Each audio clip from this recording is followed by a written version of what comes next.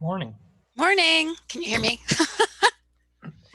Okay, great. Yeah, so you're number one. Good. I need to, I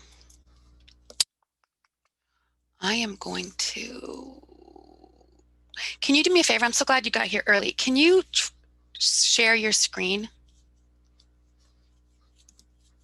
Is that an option for you?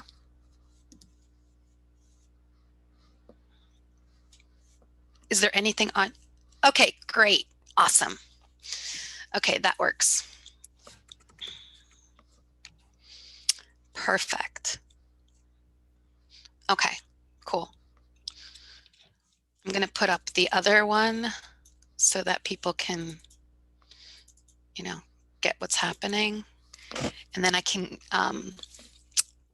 pass it on to you. Are you going to be the sole presenter for number one for the first session?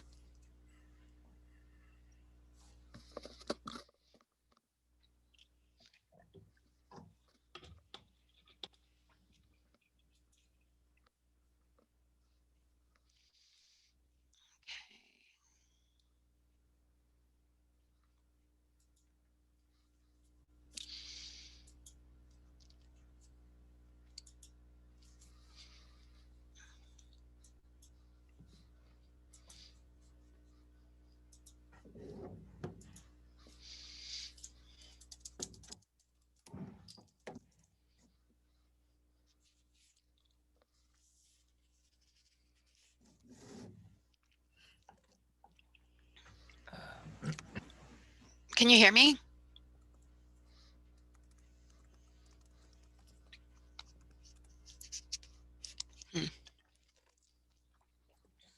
Oh, there you are. Can you hear me now? Yes. Okay, good. I was like, oh no. No, it was my fault. I had my sound off. Okay, cool. Now, are you going to be are your colleagues, Sara, Ashley, coming? They'll just be, I think, in the regular stream from the program website. Oh, so they'll be attendees? Yes. Okay, that's cool too. That works perfectly as well. Perfect. All right. And then when I'm done presenting, do I need to stop to share my screen, or do I not need to do anything when the time runs out? You can stop the share. It's fine. And then I mean, I don't want to cut you off. Okay. What I'm thinking is you can, after you're done, after your presentation is done, you can take a look at the Q&A and see if there's anything relevant. And then at the end, we can you can answer, like each one of you can answer the questions directly. Okay. Sounds great. I feel like I should turn on my camera. Oh, you're fine. I'm Lucas, by the way. I'm nice Joan. Nice to meet you guys. Hi, Sapphire.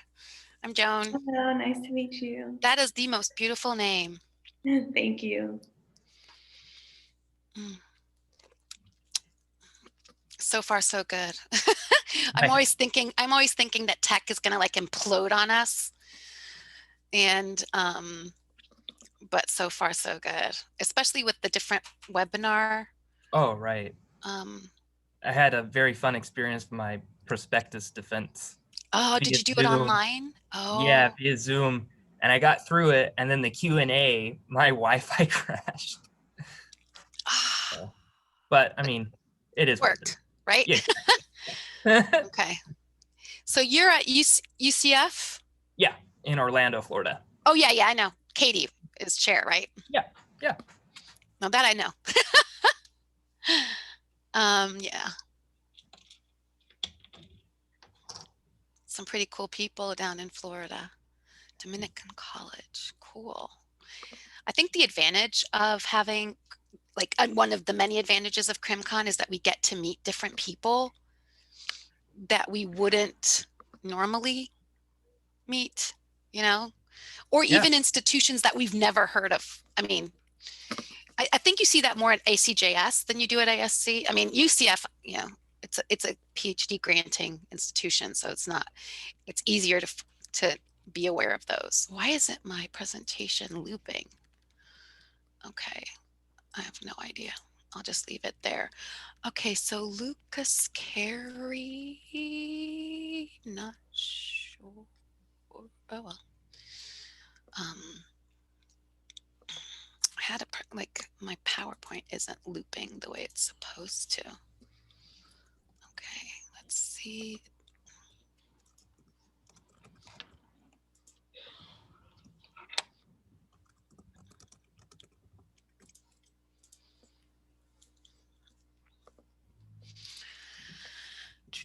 Okay, chats. Oh, hi. Oh my gosh, what time is it? What time is it, Lucas? It is 8:57. We got a few minutes. No, I mean Lucas Carey. He's in Australia. Oh, right. 10 p.m. at the moment. So this crazy thing is I've got 2 presentations tomorrow, and that's at 5 a.m. and 10 past. So we're the time is kicking us over here, but it's good. It's good to have you guys on. So are you presenting the Beyond the Gates Experiencing Prisoner Reentry? No, I've got 2 tomorrow. We've got one is the barriers to setting up convict criminology in Australia, and also the swinging doors, the work we did with a couple of guys in Michigan about some experience of guys that have been inside and comparing Australia and the US. Cool. So you actually managed to log in as a panelist for this session? Did I? Yeah, that's cool. I mean, it's fine. Sorry, mate. I'll jump off. Don't worry. It's fine. It's fine. Oh my gosh, it's fine as long as you don't like Zoom bomb or something. I'll turn my video off and I'll turn my microphone off and I'll just sit here and mute in the background. I was like, I mean, because you do have. Are you at? Well, no, you're in Perth, right? So are you here to see Gemma Williams from Griffith? I'm here to watch all this first block just to see how it goes, and just to support everyone who's doing their best and getting on and doing their thing. I know, that was so funny. I was like, that's why I'm looking at the roster. I was like, wait a minute. I mean, that's I'm just messing with you. I'm just messing with your head, getting you rolling, huh? Awesome. Thank you. Because that's what we need. So early in the morning. Absolutely. I know. Yeah, I have my friend Nadine Cannell's in Australia. Okay. At Griffith. And so oftentimes we will, we'll text and I'll be awake. I'll be waking up and she's like, yeah, now I'm going to bed. See ya. It's strange. The guys that we're co-presenting with, we do our Zoom chats sort of every fortnight, and I'm driving to work at 7 a.m. in the morning, and they're sitting down to have a beer and dinner at 6:30, 7 o'clock at night. So it's crazy. I know. It's fun. It's going to be really interesting. So I wanted to see if Gemma was going to log in. I mean, we can wait a little bit. We have 3 presenters, so that's actually going to give us some latitude. I wouldn't have taken her spot. If you got it only blocked that you only get 3 or 4 in, do I drop off and see if she takes the spot? Like, is there a... I have no idea. If you want, log back in as an attendee, and then we can see if it's keeping her from entering. Nice to meet you. Good. And you, good luck. Thank you.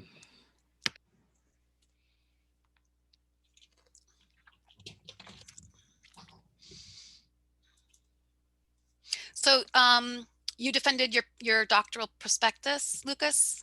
Yeah. Cool. Yep. In May of this year. So it's right in the middle of a pandemic. What about you, Sapphire?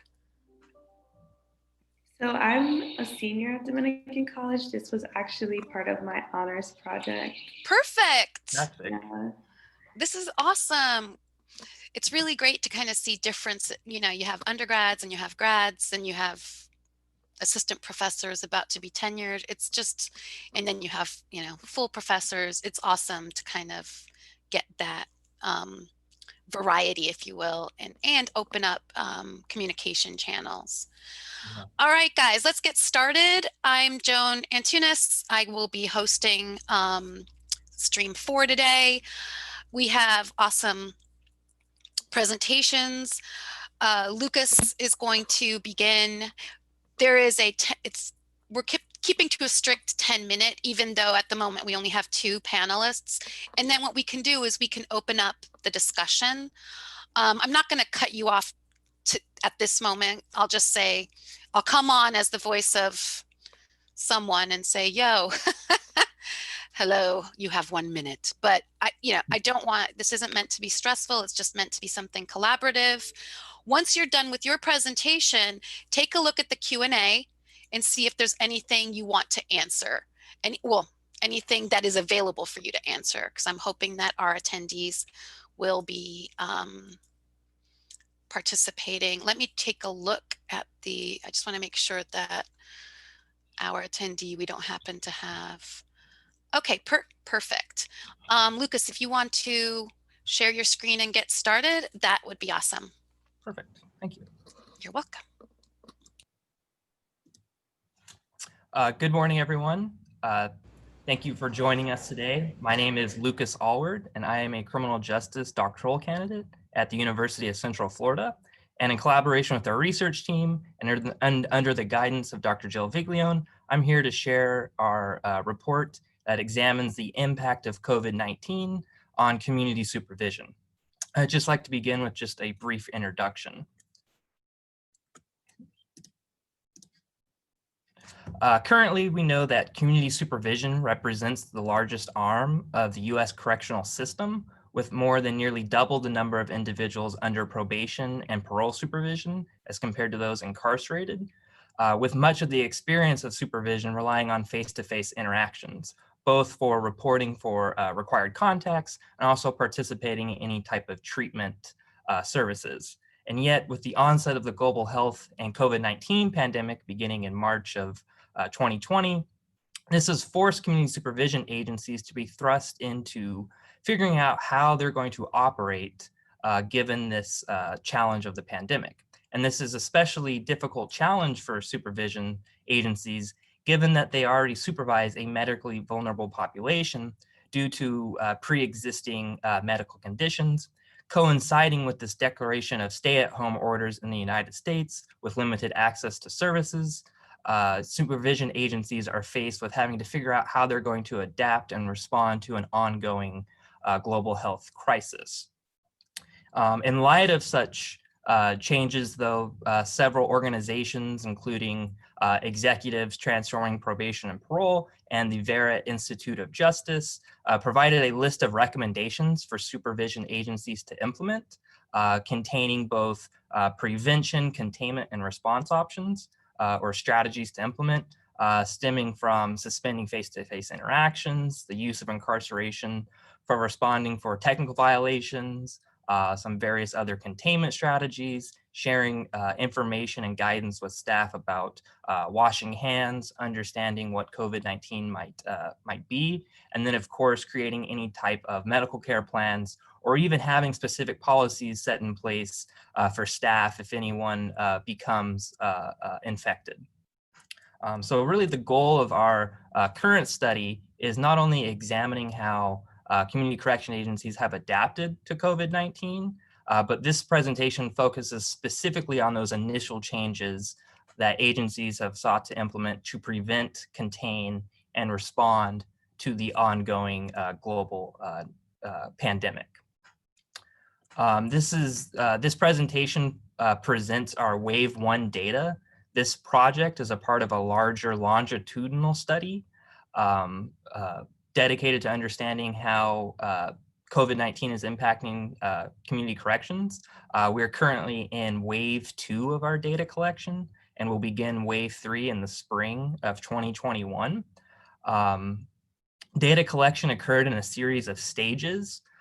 First, we created a database of all existing counties and states, and then identified a primary representative for each county level probation agency, whether that was a chief probation officer, a director, or supervisor across the US, and then distributed Qualtrics surveys through the George Mason Advancing Correctional Excellence listserv and various social media outlets.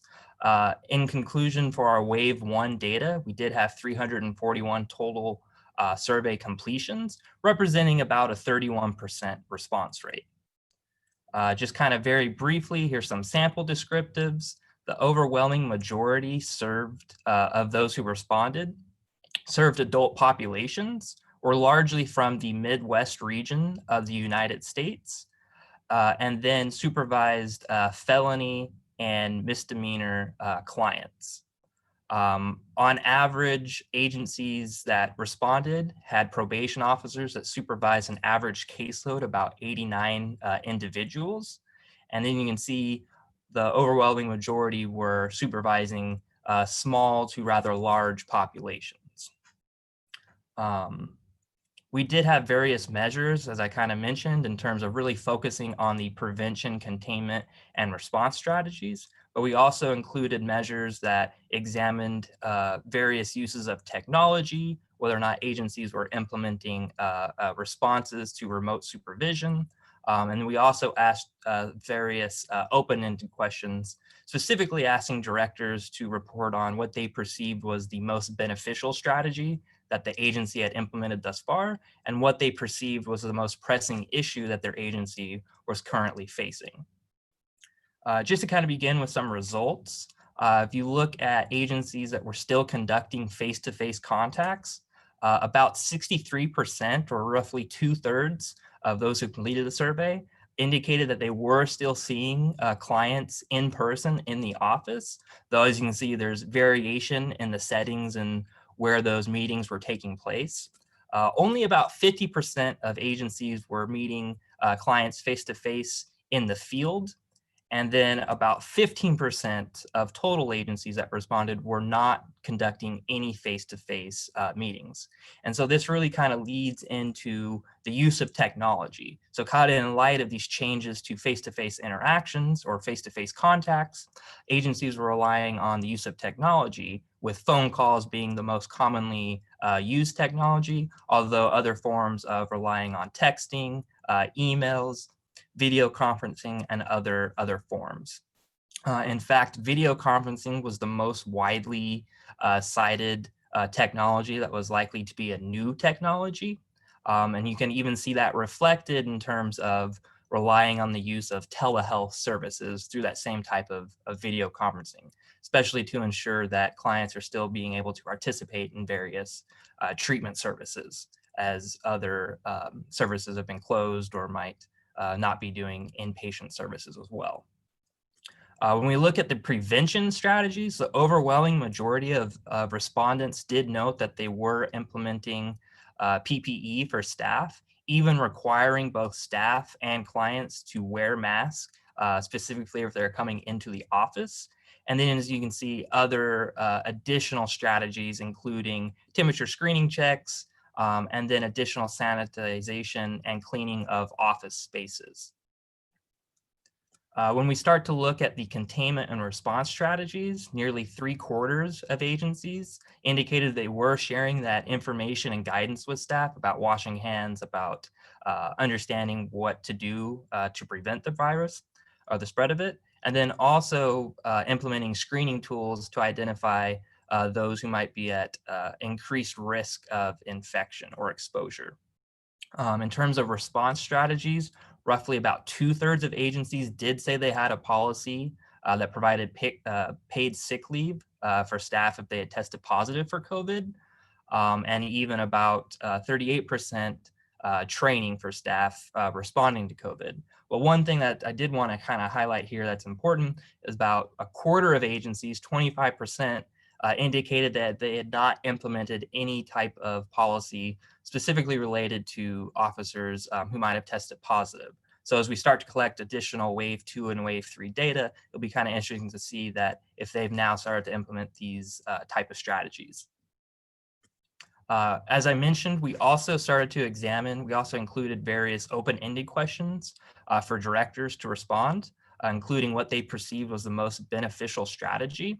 On the whole, agencies indicated that remote and the use of technology was especially essential, and that even just having the requirements that had staff and clients wear masks was very beneficial. And then overall, just like the use of PPE. In terms of the most pressing challenge, however, agencies noted that the inability or even the limited ability to conduct drug testing presented a major barrier, coinciding with a lack of client accountability in terms of responding to noncompliance.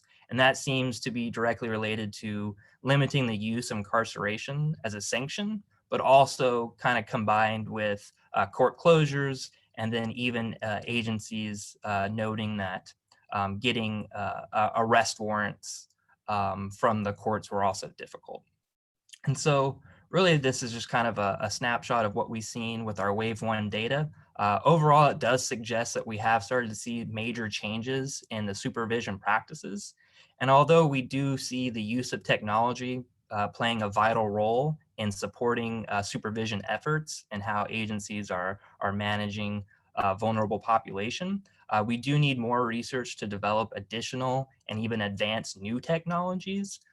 Though one solution to this might be implementing more kiosk and telephone systems, where research does support this specifically for lower risk individuals. Coming back to the client accountability, although limited options to use incarceration as a response, a great body of research does indicate the importance of graduated sanctions, and especially in terms of coming at it from a contingency management philosophy. So in the sense of officers having the option to provide any type of verbal praise or recognition specifically for pro-social behavior, but then also still being able to reprimand unwanted behaviors and apply any type of increased monitoring, electronic monitoring, increased contacts, imposing curfew sanction. And so these are some options that as agencies still kind of struggle with relying on some of these other forms of punishments, that this is something that agencies might be able to use moving forward. Our next steps is, like I mentioned, we are going to continue with our Wave 2 and 3 data collection, but an interesting additional part of this ongoing project is we are collecting qualitative data, specifically looking at the impact of the pandemic on the well-being of line level officers. So not only on their own individual health well-being, but also how such changes have emerged at that line level experience in terms of these changes to supervision. And I'm actually really excited that we'll start to kind of code through some of that data and see what themes emerge from the data that can help kind of give some more context to our surveys. Thank you all for your attention. I'm happy to answer any questions. We do also have a project website which provides our Wave 1 data in terms of a shareable database. So you can actually go through and search through the data to see what agencies have implemented what specific prevention, containment, and response policies. And then be sure to follow us on Twitter for any updates. I'm happy to answer any questions. Thank you. Thank you so much. That was awesome. And now I welcome Sapphire. You can share your screen, or if you wish, you can just present in whatever medium you like. Thank you.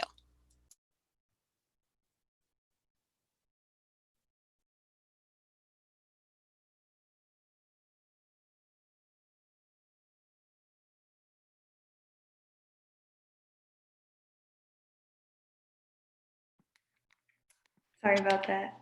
Okay, good morning, everyone. My name is Sapphire Hilton. I am currently a senior criminal justice student at Dominican College. And today I will be presenting to you part of my honors project. So I will be exploring the impact of gender on early release decisions of the graying inmate population. So the purpose of my study was to extend research on gender as a discretionary factor in the criminal justice system. So specifically looking to aim to address any possible issues of unwarranted disparities in punishment, which could possibly help stimulate future prison reform. So just some background information about compassionate release.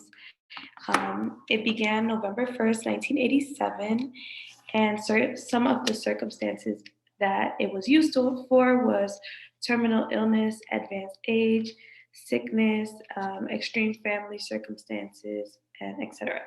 So some of the reasons for it to be used was overcrowding, cost of healthcare, accommodating healthcare needs, and the main purpose was that the circumstance that they were being released for needed to outweigh the continued imprisonment. So it is also recognized by 49 states, the District of Columbia, and federal government.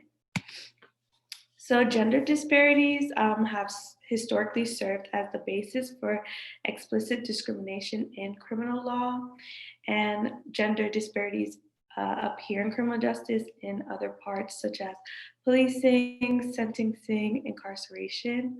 However, there is a lack of research. So there's like a gap in the literature of the influence that gender has on release decisions, which is why I chose to explore that in my study.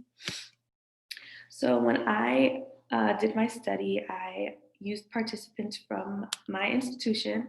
So there was 74 participants, 73% were female and 27% were male.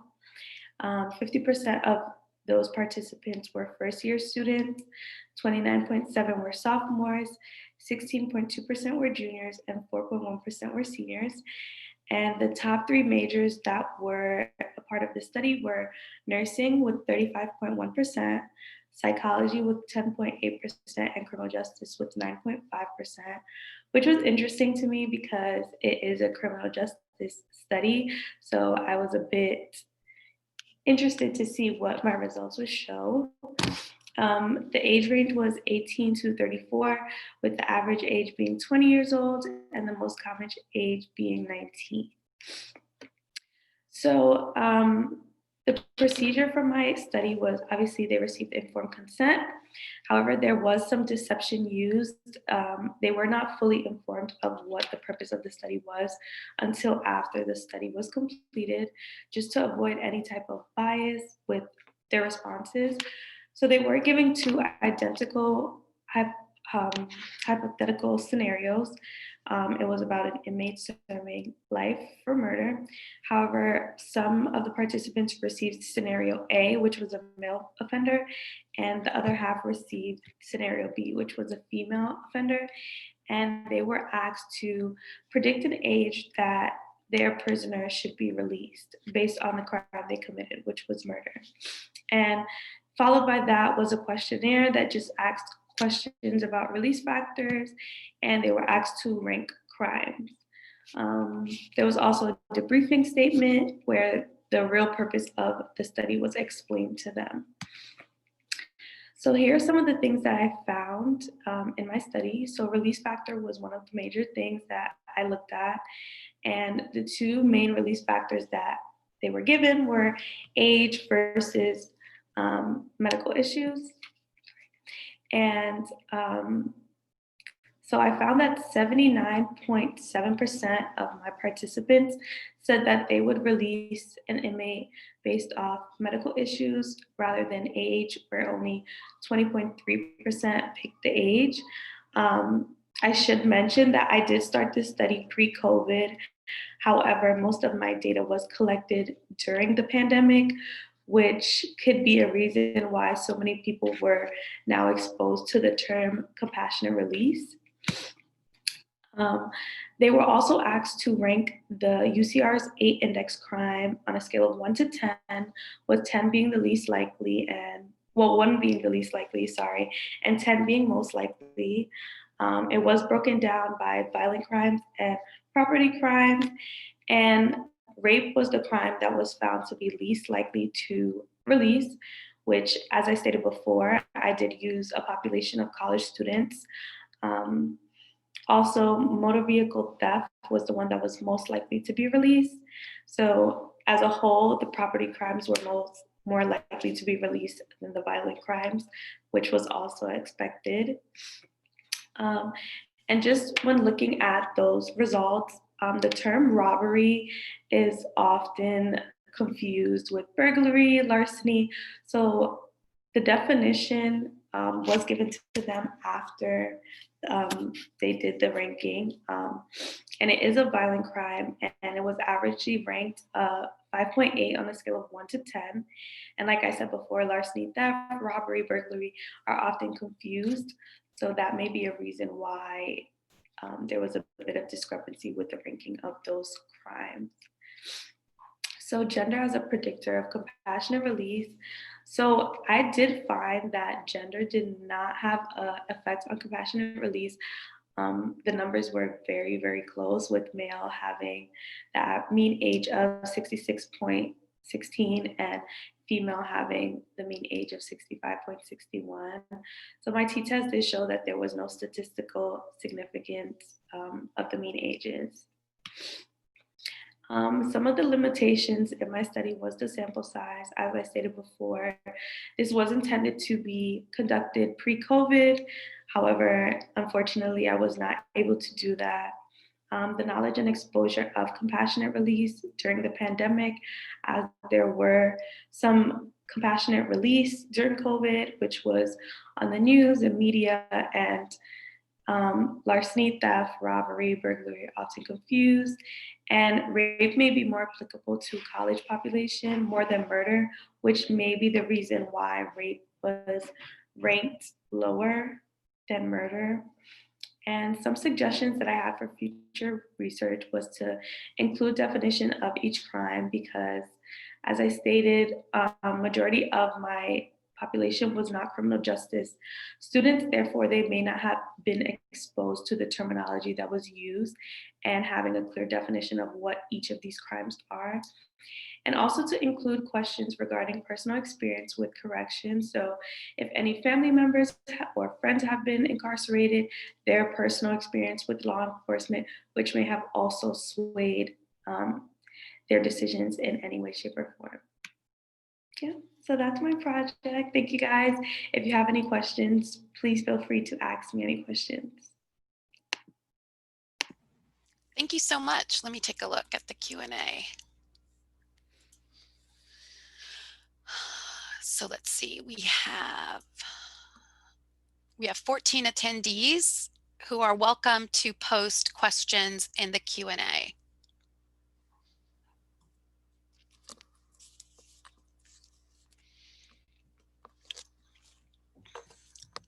actually curious as to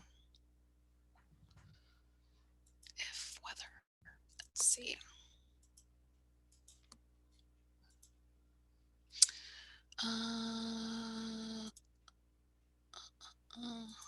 Let's see, I'm trying to figure out.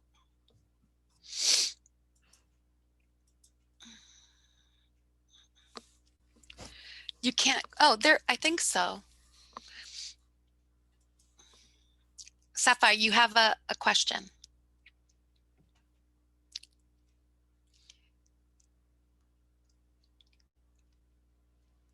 Did you see it?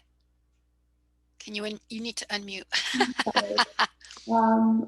I have to look that up because it was constantly changing when I was doing my research. So I don't know right now what state is the one without compassionate release, but I can look that up and get back to you. Great.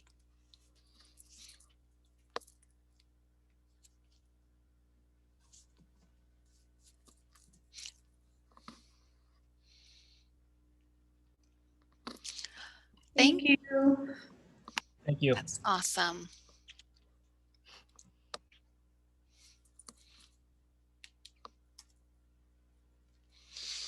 Any other questions?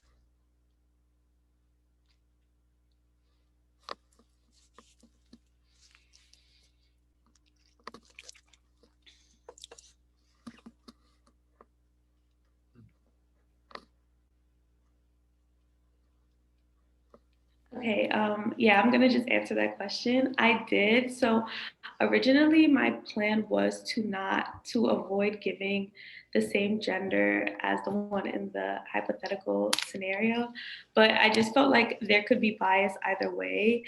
So it could have a male who looks at the elderly as like their mom or their grandmother, or it could be a female who looked at themselves as that elderly in the future.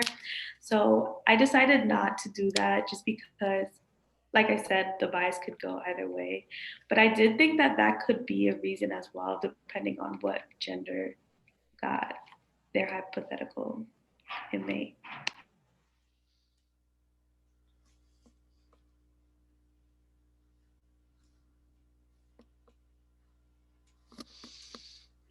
Yeah, so I didn't want to sway them in any type of way to think that I was looking at those particular crimes for any type of way. Like I said, there was a bit of deception because I felt like if they knew the real reason behind my study, the answers would change. So if they knew I was looking at these crimes in relation to their scenario, it may have swayed the way they ranked them. So I just left it as is to see what the research would show and then gave them the definition.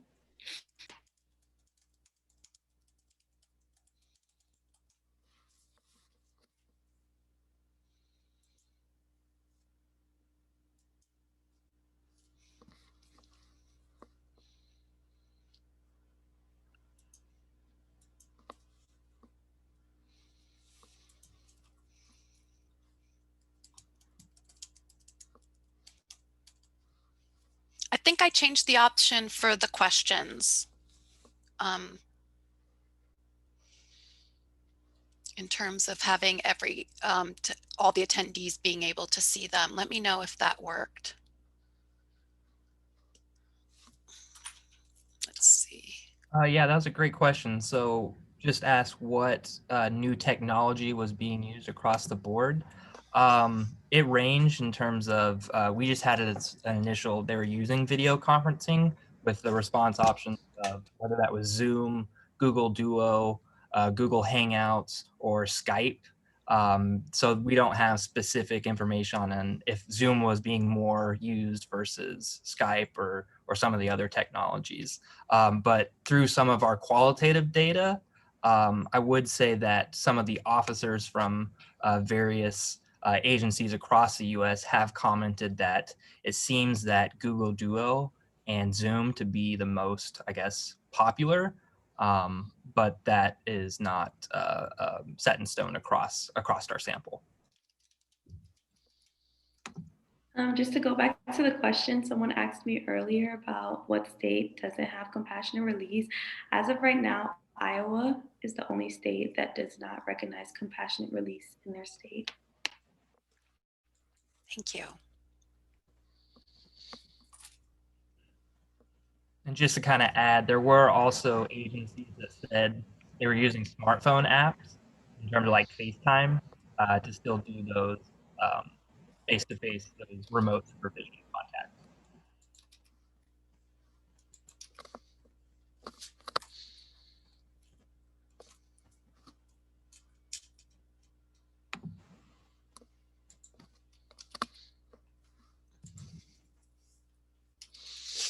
Any other questions? Comments?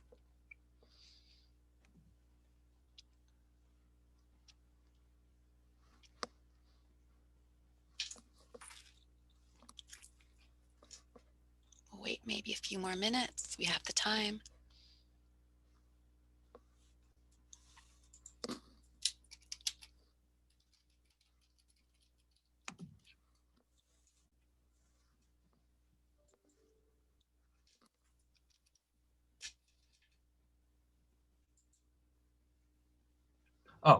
Is of the agencies? No, that is we're aggregating up in terms of responses. So we're not sharing specific agencies who have responded. But do you have that information, Lucas? Yeah, we do have that information, yes. So could you potentially run like a multi-level modeling at some point if you wanted to, or looking at it in a different way? Yeah, I think down the road, I think once we have additional waves of data, there might be some opportunities for some multi-level modeling, of course.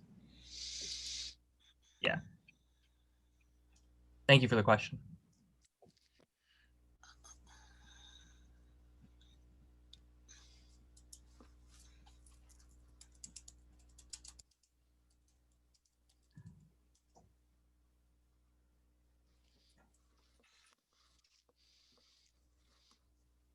Yeah, Jill, I'm not sure why the questions aren't getting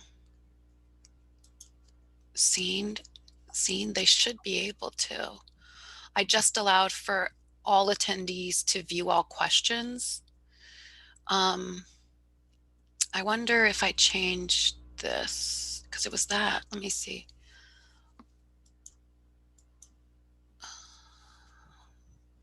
Trying to figure out. I think Frank has another question for you, Lucas. That information, a lot of that was publicly available information that we kind of created, and I don't know if we will be sharing at this time in terms of our database of the existing counties that we identified.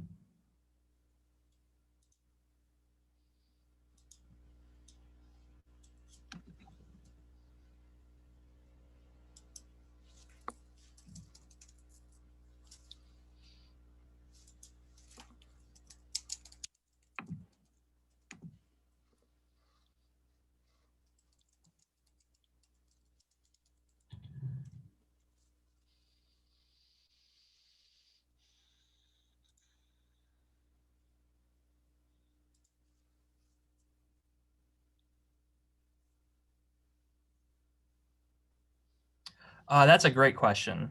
So I'm not sure if everyone can see it, but just asked if we're expecting to see permanent changes that remain. Yeah, so we actually ask a question in terms of some of our qualitative data as well, but just in terms of understanding that as the pandemic kind of wages on and persists, kind of the idea is that this remote supervision is going to continue. Specifically, I mean, even right now we're seeing it across risk level. So not even just for using it with low risk individuals, but even with high risk. So I would expect that this will continue even once the pandemic is probably over to extend to more low risk individuals, that this will just kind of be the new system of how agencies operate. Especially as agencies are going to continue to face financial and budget constraints. So relying on this alternative use of technology might help them kind of manage some of these challenges moving forward.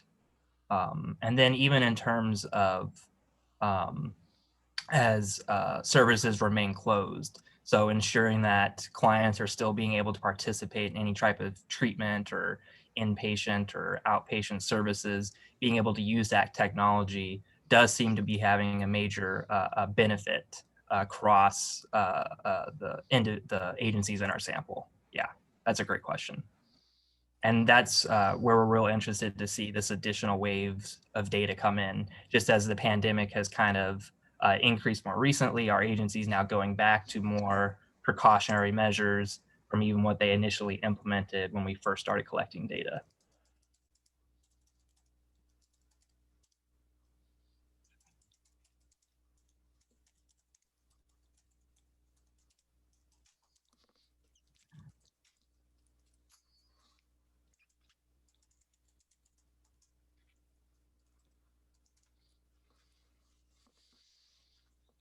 Yeah, we might as well just use the chat now that everybody can actually access the chat. It's probably more efficient than the Q&A. That's a great question. This is a part of a National Science Foundation grant that will be completed in May of next year. So I don't know if we have any specific long-term study after this project is completed, but I'm assuming, yes, we'll continue to kind of follow up and continue to examine how supervision agencies are continually adapting to these dramatic changes in supervision, especially when we look at it even just from a risk needs responsivity perspective, to where now not being able to do face-to-face contacts, or whether or not that kind of persists moving forward, how that's going to actually be impacting criminal justice or supervision outcomes.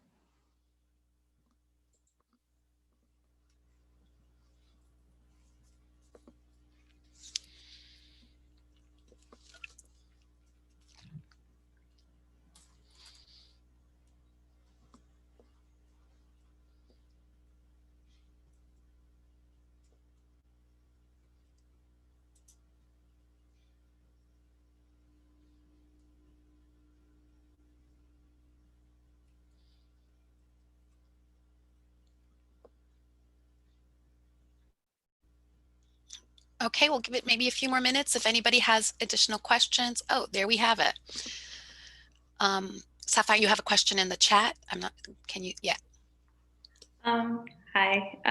Yeah, so I did my study using a program through my school, which you had to be enrolled in specific classes in order to participate in those studies, because I did do it virtual and not in person. So most of the students that were interviewed were first year students, and it just so happened that the CJ majors weren't as big of a number within that class compared to the other fields. So no specific reason why, it just worked out that way.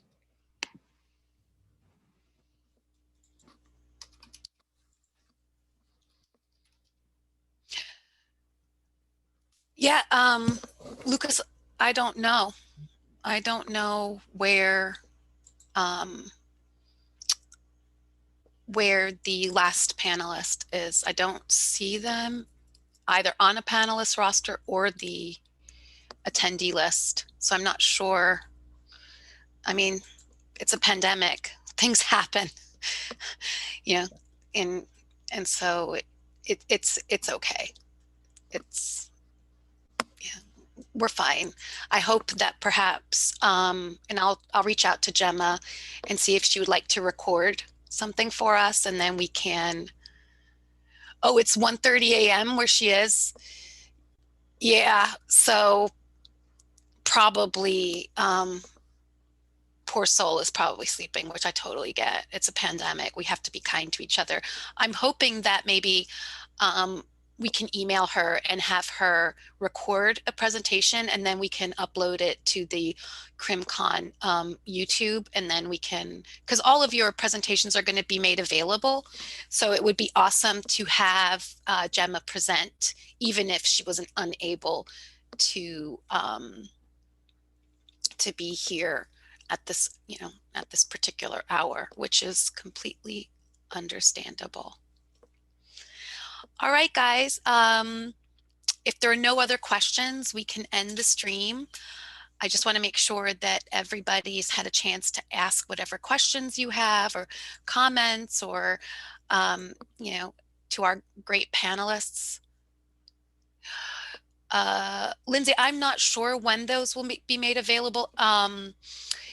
We have over 300 presentations, which, and so it will depend on how. I am not the technological one of the group, but I will certainly contact the other board members of CrimCon so that we can have a definitive date of when all of these will be made available. Thanks for the question. Maybe, I don't know if it's tedious, because I think this is a great opportunity for us to have all these different voices heard. So I'm looking forward to, and also looking forward to be able to see other sessions and other panelists. I'm here for stream 4 all day. So I'm looking forward to be able to access other streams and other panels in order to see what other great work. I mean, we've started strong with Lucas and Sapphire. I hope to continue to get, equally awesome presentations.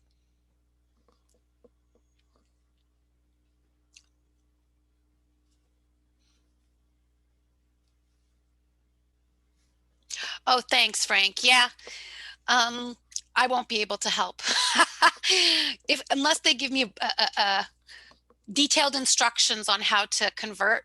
I know how to convert Zoom file, like Zoom presentations or recordings, and that's about it. My skills lie elsewhere. It was a really, truly great job. I really appreciate how the both of you started off our first session in stream 4 nice and strong. We didn't have any major glitches, and I think this is going to be great. Thank you so much. Yeah, have a great day, and I look forward to seeing more of your work in the future. Thank you, and thank you for all the attendees as well. Yes, thank you for all the great attendees. This was awesome.